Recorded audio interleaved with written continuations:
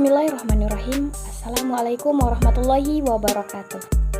Perkenalkan, nama saya Latifah Aini dengan NIM 0101211013. Saya mahasiswi dari jurusan Komunikasi dan Penyiaran Islam, Fakultas Dakwah dan Komunikasi. Nah, adapun tujuan dari pembuatan video ini adalah untuk memenuhi tugas hadis tematik yang diampu oleh Bapak dosen Muhammad Iqbal Abdul Muin.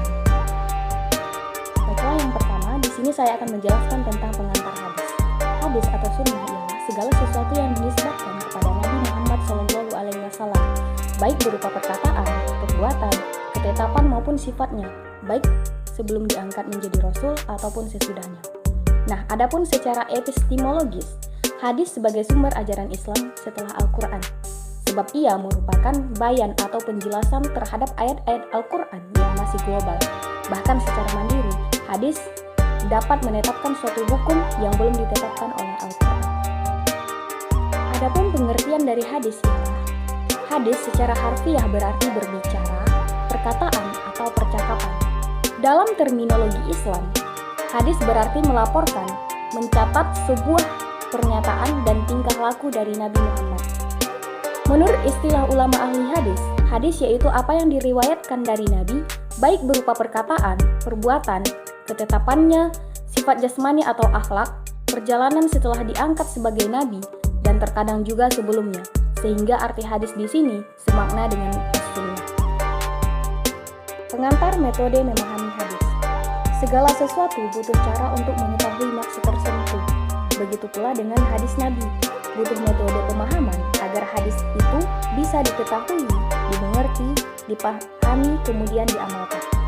Di dalam Kamus Bahasa Indonesia, metode adalah cara yang teratur berdasarkan pemikiran yang matang untuk mencapai maksud dalam ilmu pengetahuan tersebut.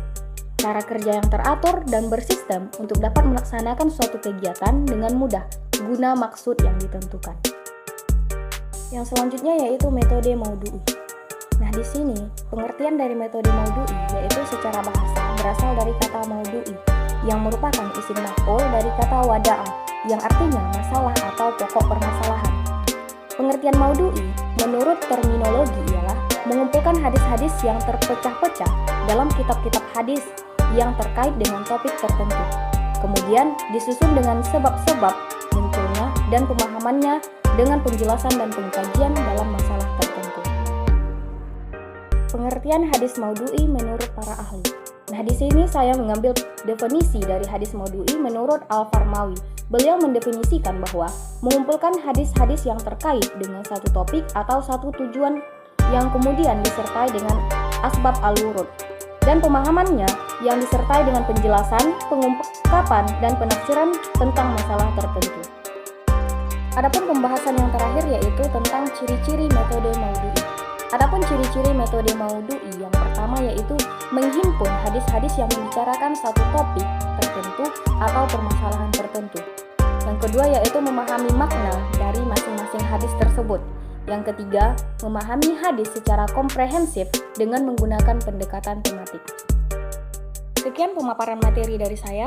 Jika ada kesalahan, saya memohon maaf, dan jika ada kebenaran, maka itu datang menjadi Allah. Wabillahi taufiq wal hidayah. Wassalamualaikum warahmatullahi wabarakatuh.